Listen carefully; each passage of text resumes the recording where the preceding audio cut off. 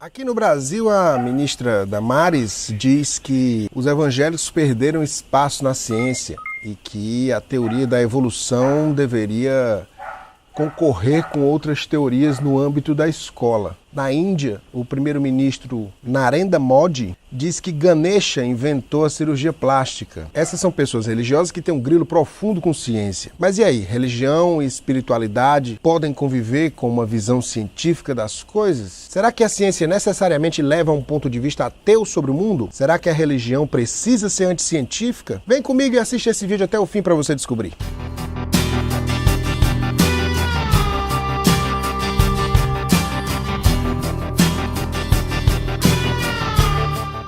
Olha, o que eu vou dizer aqui é mais o resultado da minha reflexão pessoal do que qualquer outra coisa. Estou querendo evitar o termo opinião.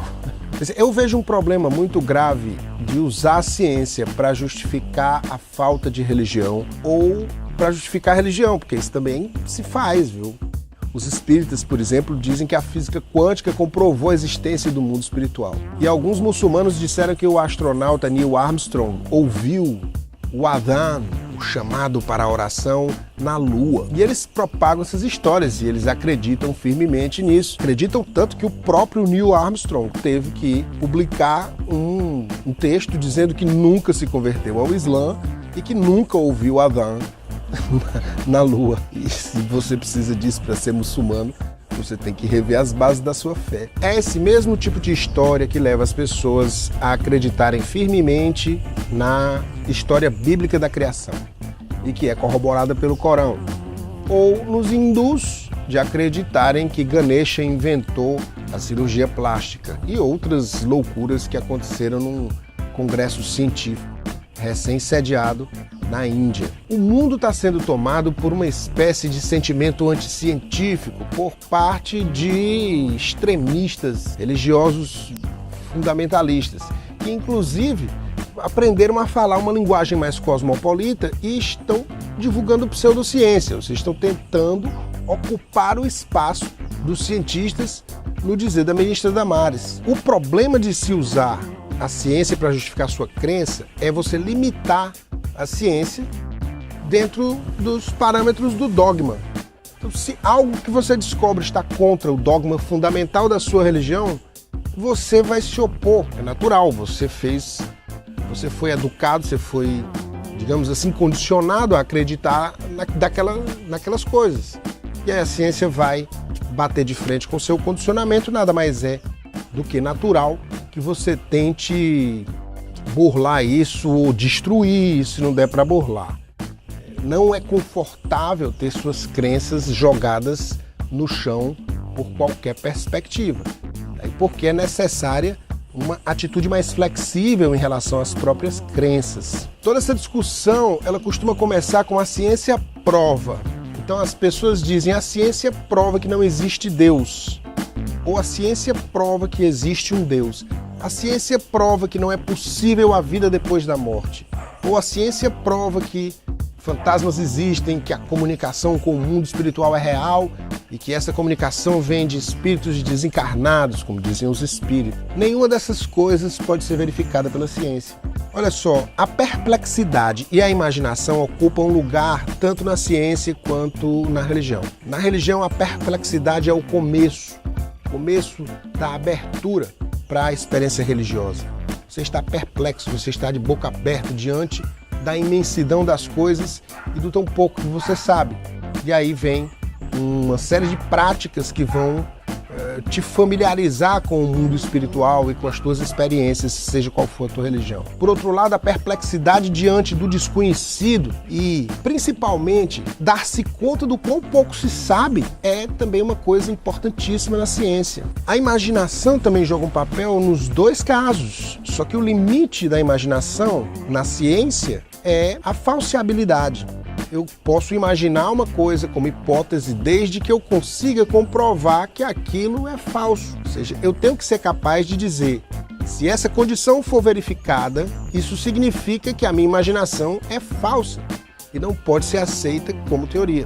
No caso religioso, o limite da imaginação é o dogma. Ou seja, eu imagino coisas fantásticas, mas se eu não acredito em reencarnação, eu não posso acreditar nas obras do Chico Xavier. Esse é o limite da minha imaginação. Eu não posso forçar minha imaginação além das minhas crenças. Aí porque crenças são possibilidades e limites, são ferramentas para você operar no mundo. Na verdade, é a ferramenta mais genial que a nossa espécie já criou, recebeu da divindade, sei lá. No entanto, ciência e religião são jogos de linguagem diferentes. Plagiando aqui o Wittgenstein. Jogos de linguagem são estruturas linguísticas que têm uma lógica interna e alguma relação com os fenômenos do ambiente, para que ela seja realmente aceita como um jogo linguístico, jogada por uma grande quantidade de pessoas. A ciência é um jogo de linguagem, a religião é outro jogo de linguagem. E existe o indizível, aquilo que a gente não consegue representar, nem que queira. Freud chamava isso de inconsciente. Jung dividia entre inconsciente pessoal e inconsciente coletivo. Hoje se fala em funcionamento inconsciente ou inconsciente cognitivo. Enfim, existe o maravilhoso, o desconhecido, diante do qual a gente fica perplexo e imagina. Só que a ciência, o destino dela é explicar as relações entre as coisas. E ela tem um poder enorme de prever o que vai acontecer, fazendo com que a nossa vida no planeta seja mais confortável e segura. Já a religião, ela já teve esse propósito mitológico de explicar coisas que a gente não sabia explicar. Claro, o cérebro é uma máquina de nexo. Ele sai procurando nexo em tudo que ele vê. Se faltar, se tiver uma lacuna na sua explicação do mundo, você preenche. Se você não tiver dados para preencher com essa informação científica, você preenche com mitologia. E às vezes só com memória falsa, como no caso de pessoas que têm demência de Alzheimer, começam a esquecer das coisas e colocam memórias falsas no lugar das verdadeiras que se deterioraram. Você usar a ciência para justificar a religião ou a falta de religião é simplesmente uma trapaça no jogo da linguagem, é desonesto. Por quê? Porque a pergunta fundamental da religião, que é respondida com sim na religião e com não é da minha conta pela ciência, é: Deus existe? Essa é a primeira. Existe vida depois da morte ou é isso mesmo? E se existe vida depois da morte, eu preservo a minha individualidade ou eu me dissolvo no cosmos?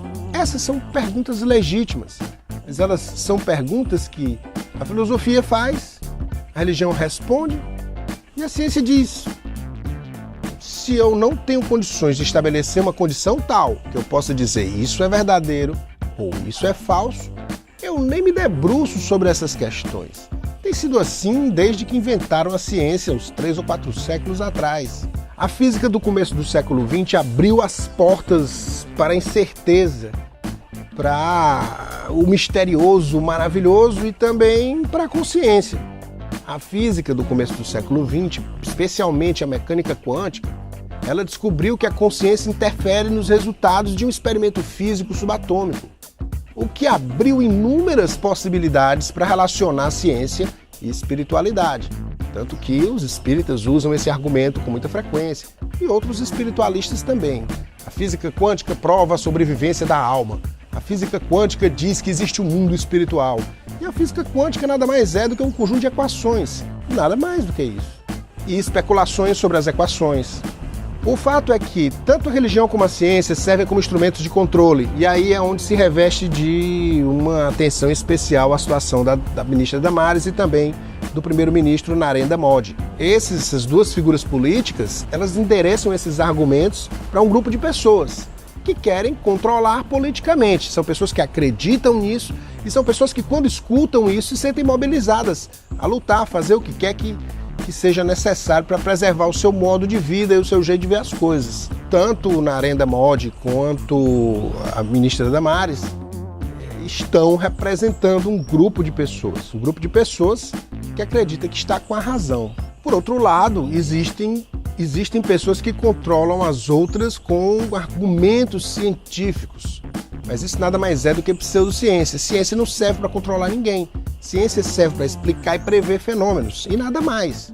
Mas às vezes as pessoas dizem: olha, segundo a ciência da iridologia, teu corpo está assim ou assado. Segundo a ciência da homeopatia, você tem que tomar tal e tal gotinha de conhaque com um fracionamento tão grande que ninguém se reconhece mais nem a molécula que foi colocada ali naquela gotinha. Isso aí é crendice, o que é uma forma de crendice que é a pseudociência. Nem é religião, nem é espiritualidade e é muito menos ciência. Agora tem uma coisa que dá pra gente dizer de peito aberto no meio científico e no meio espiritual, que é: nós somos feitos de poeira de estrelas.